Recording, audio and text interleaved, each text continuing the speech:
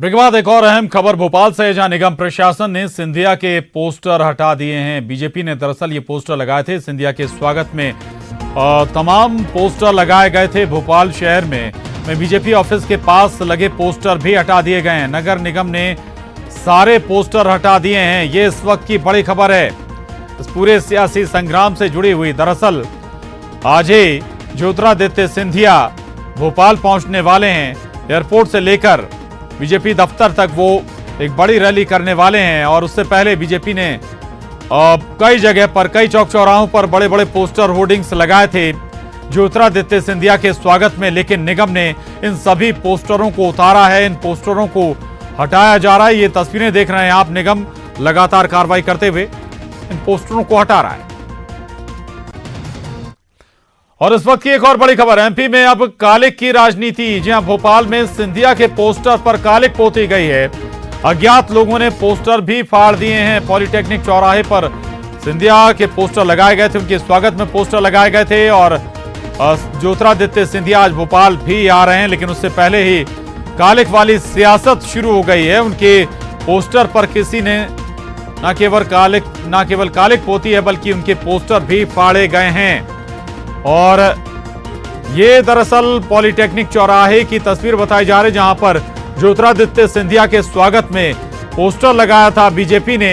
बड़े बड़े होर्डिंग्स और पोस्टर लगाए गए थे, और लेकिन इस पर कालिक पोती गई है। ज्योतिरादित्य सिंधिया के चेहरे पर स्याही फेंकी गई है। और इतना ही नहीं, कई जगहों पर पोस्टर भी फाड़े गए हैं। पॉलिटेक्निक चौराहे पर यह तस्वीर आप देख पा रहे हैं, जहां पर यह पोस्टर लगाया गया है। ज्योतिरादित्य सिंधिया के फेस पर, चेहरे पर स्याही भी फेंकी गई है। तो ये इस वक्त की बड़ी खबर है। दरअसल सियासी सरगर्मियां अपने शबाब पर हैं। ज्योतिरादित्य सिंधिया आज भोपाल आने वाले हैं। बीजेपी की सदस्यता लेने के बाद आज पहली बार ज्योतिरादित्य सिंधिया भोपाल पहुंचेंगे और उनके स्वागत के लिए बीजेपी कार्यकर्ताओं ने सीएम हाउस के ठीक सामने पोस्टर्स लगाए हैं। पॉलिटेक्निक चौराहा है जहां पर पोस्टर लगाए गए हैं, लेकिन कल तक जो पोस्टर सही सलामत था, आज सुबह उसकी स्थिति कुछ गड़बड़ सी दिखाई दे रही है। यहाँ जो पोस्टर लगाया गया था, इस पोस्टर में ज्योतिरादित्य सिंधिया के चेहरे पर कालिक पोत दी गई है और साथ ही साथ पोस्टर भी फाड़ दिया गया है। किसने फाड़ा है ये नहीं पता, अज्ञात लोग हैं, लेकिन आप साफ तौर पर देख सकते हैं कि जिस तरीके से इस पोस्टर को फाड़ा गया है, उसके बाद इसके नीचे जो पोस्टर लगा था उस पर साफ तौर पर देखने को मिल रहा है कमलनाथ मुख्यमंत्री मध्य प्रदेश।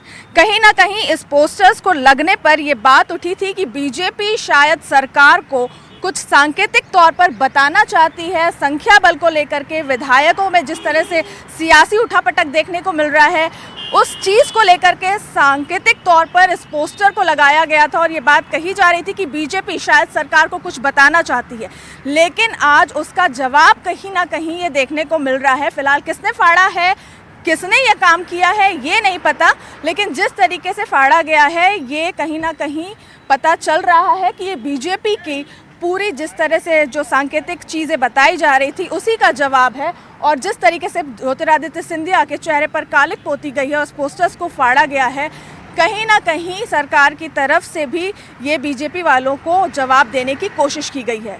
कैमरा पर्सन अफजल के साथ पूजा माथुर, न्यूज़ 18 मध्य प्रदेश, भोपाल।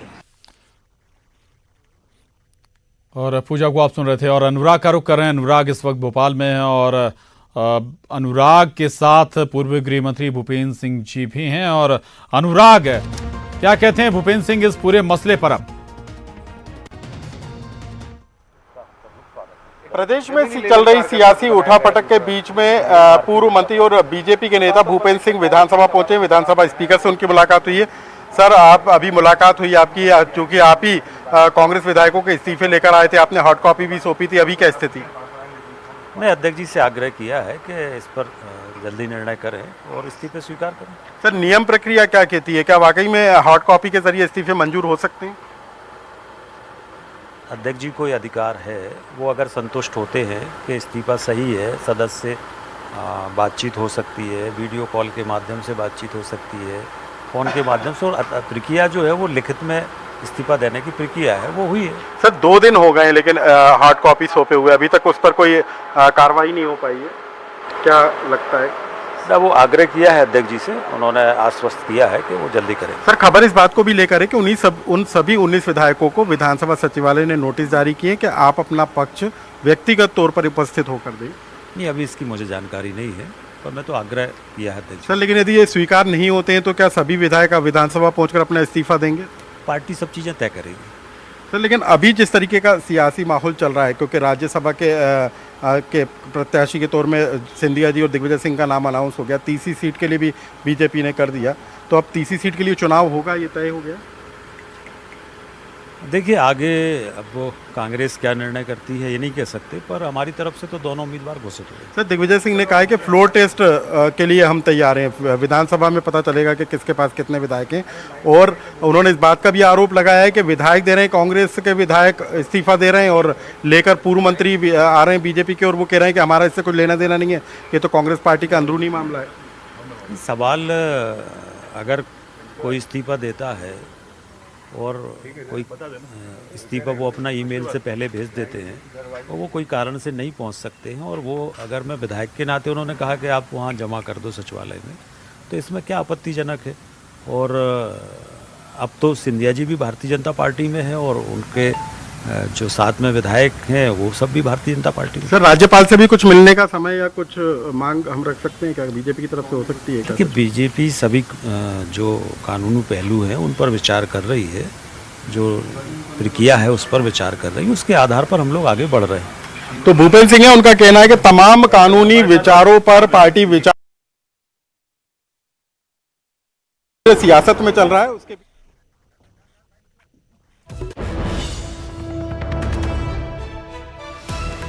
और इस वक्त एक बड़ी खबर आपको बता दें कि बड़ी खबर मानेसर से है, गुड़गांव के मानेसर, जहां पर ये आपको बता दें कि बीजेपी विधायकों से गोपाल भार्गव मिले। गोपाल भार्गव ने होटल में मुलाकात की है बीजेपी विधायकों से। एमपी के बीजेपी विधायकों से बातचीत की गई है। करीब 35 मिनट तक रिजॉर्ट में रहे हैं गोपाल भार्गव। नेता विपक्ष गोपाल भार्गव मानेसर पहुंचे हैं और रिजॉर्ट में बीजेपी विधायकों से उन्होंने चर्चा की है, बातचीत की है, और बताया जा रहा है कि करीब 35 मिनट तक रिजॉर्ट में गोपाल भार्गव रहे हैं। मानेसर स्थित रिजॉर्ट में बीजेपी के विधायक ठहरे हुए हैं और उनसे मुलाकात करने के लिए, बातचीत करने के लिए नेता विपक्ष गोपाल भार्गव पहुंचे हुए हैं। बताया जा रहा है कि करीब 35 मिनट तक रिजॉर्ट में गोपाल भार्गव रुके हैं। सभी विधायकों से उन्होंने मिलकर बातचीत की है। तो मानेसर स्थित रिजॉर्ट में, जंगल के बीचों बीच ये रिजॉर्ट स्थित है। शंकर आनंद इस वक्त हमारे साथ जुड़ गए हैं मानेसर से। शंकर, गोपाल भार्गव पहुंचे हैं, मुलाकात की है, 35 मिनट की ये मुलाकात बताया जा रहा है, क्या कुछ हुआ इस मुलाकात में, बातचीत में?